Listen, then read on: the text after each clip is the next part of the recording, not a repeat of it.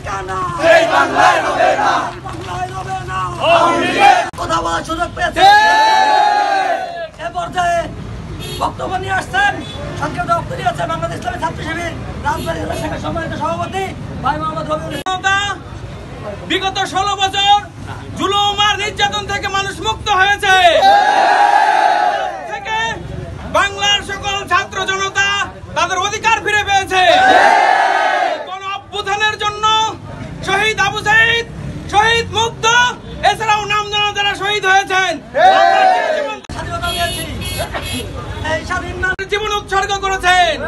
সেই সাথে আমরা এটা বলতে চাই, আজ থেকে বাংলাদেশের কোন শিক্ষাঙ্গনে ছাত্রলীগের মতো সন্ত্রাসীদের জায়গা হবে না। যেখানে তাদের আস্থানা পাওয়া যাবে, তাদেরকে সকল শিক্ষা প্রতিষ্ঠান থেকে নিৎখাত করা হবে। সেই সঙ্গে বাংলাদেশে এখন থেকে ধন্যবাদ। আগামী দিনে যখন আমাদের কর্মসূচি আসবে আমরা স্বতঃস্ফূর্তভাবে অংশগ্রহণ করবো ইনশাআল্লাহ।